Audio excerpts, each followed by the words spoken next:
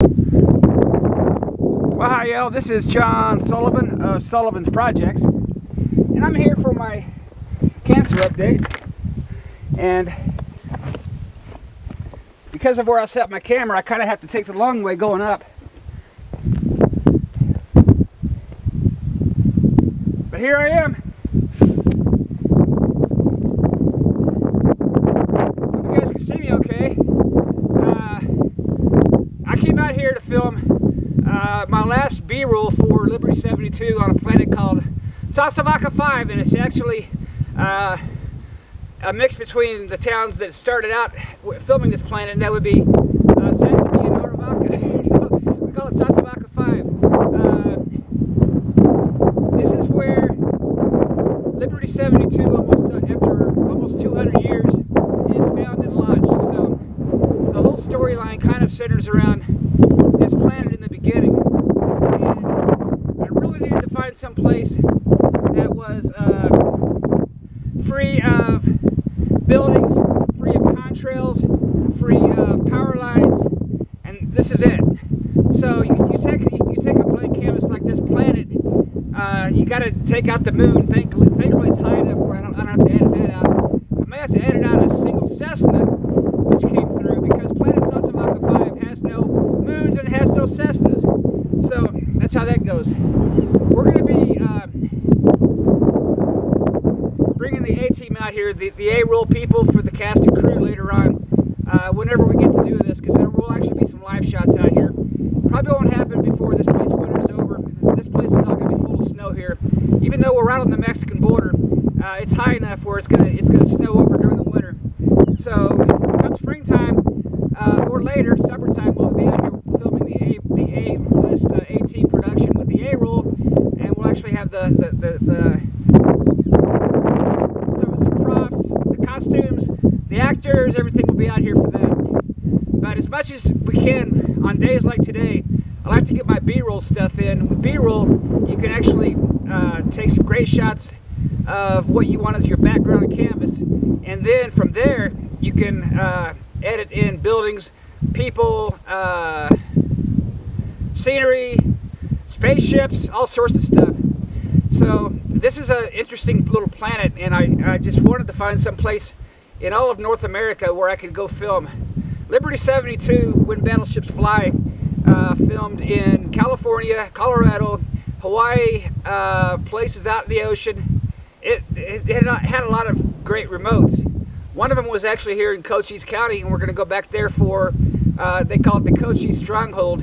It is actually the dry sandstone planetary surface of planet Otal 3. And that's actually one of the planets that this ship will go to after it takes off from here in a hurry, to make sure everything works, because they're going to have to, before they go to Earth with this ship, they're going to have to test out everything. And so they kind of give it a test on planet Otal 3. Otal 3 was actually the first movie, and actually the whole first movie was about planet Otal 3. But it's always fun to go back there to kind of return to the roots for this last movie, not really repeat the story or even tell all the background behind it, but just to go back and give some kind of honor to it, the way that some of the later Star Trek episodes have always given credit to the originals. There's nobody up here. The only thing I saw was a lot of birds, a lot of deer. I hear there's bear up here, some snakes. I haven't seen either one of those, but it's just a wonderful place to film this planet, and I just can't thank God enough for the wonderful scenery I have today. It's just perfect, even better than I imagined. It's kind of like Liberty Canyon was a couple of weeks ago. It's just better than I imagined to get the great shots I am. They're going to be it's going to sell this film, I'm telling you. This film is going to be so much more about what they do in Hollywood. And Hollywood is basically an assembly line, not unlike the way that McDonald's makes quarter pounders. It's just a process. It's just churn, dispense, grease, churn. That's the whole Hollywood mechanism for making films. And that's really all it is. Very rarely do you have the time to actually really take your time. Be very selective about your scenes, your remotes. Be very selective about the canvas, try to put some art into it. And the storyline has always been about trying to make cultural relevance out of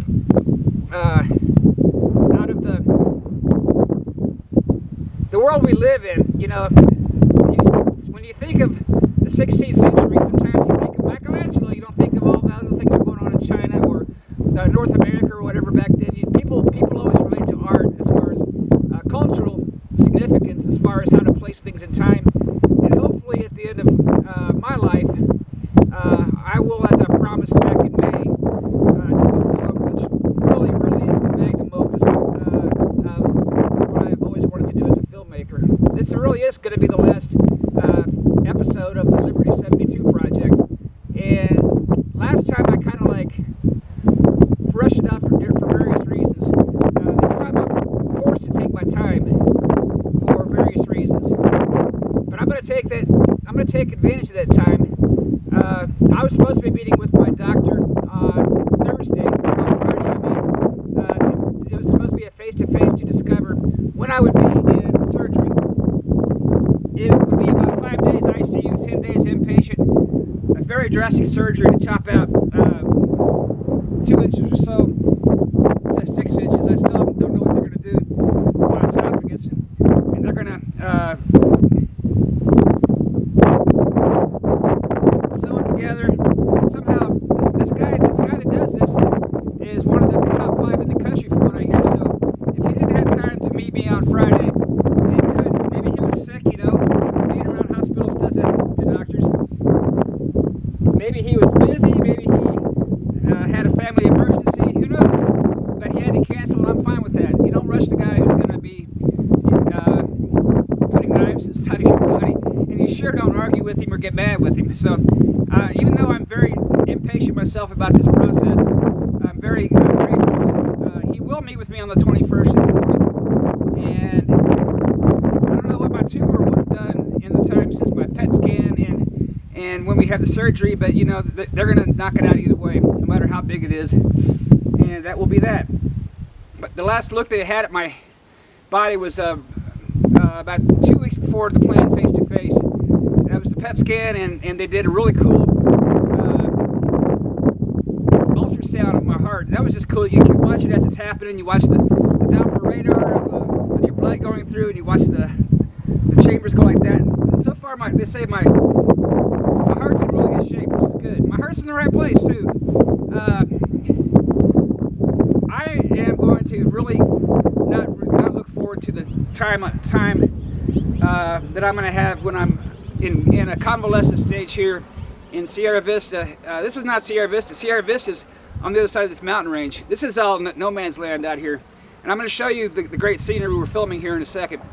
But anyways, we will keep you updated. You'll know as soon as I do what's going on with me. You guys know that I've been trying to do this cancer documentary, hopefully to inspire others. That God is in control. You really can't sweat it too much. The worst thing by far that's happened to me is I just get frustrated over scheduling and authorizations and that kind of thing. But I'm the fortunate guy here. Like I said, God willing, I will be able to finish this movie, make it something you guys will really love, and that's the whole intention. I think two of the 3 movies I made back in the late 90s were basically made for me, but I'm really making this one for you guys. And you'll see once you actually see it come out and see how it looks in post-production, just what I mean by that. Anyways, we're going to take you around to this wonderful place here and show you exactly what I'm standing on. Is that rock on it? Anyways, this is looking to the east. And you know what that is because I've already told you, but we filmed that from a different angle a couple weeks ago. And the vast majority of Liberty 72 will actually be on this thing for a couple hundred years. Earth time anyway, that you won't be able to see it from here where these people are living, and that's all going to be explained later on in the movie. And what you see down there is a road that we're going to have to Photoshop into a river My car is actually down there somewhere. What you see past about the distance of that mountain in the foreground there is the Mexican border. All those mountains in the distance are Mexico. Let me get you off this little unstable rock back to the larger, higher, stable ones. There we go. So it's not so bad going down from there. It's only about 80 feet, but believe me, I'm very well grounded where I'm at. So let's look to the south into Mexico. I'm going to try to stay off the zoom so I can kind of keep a focus. I didn't put this on manual lock as I normally do because I did different various angles. This is looking to the west, and that cloud you see down there is a Border Patrol vehicle that just went through pretty fast. This is all called Montezuma Road, and I did a whole special on this yesterday. I started out at Montezuma Pass, which is up there. I call it Monument Pass for a number of reasons. The eastern side of that is the Coronado National Monument. It comes up along the top of this ridge up here in the background. You can't see, but it's the one behind this mountain here, and comes down and becomes this road here. And this road will actually go all the way up along the western side of these mountains here and end up in Fort Huachuca. Before that, it'll be, you can see in the background where that Border Patrol guy is, it'll end up in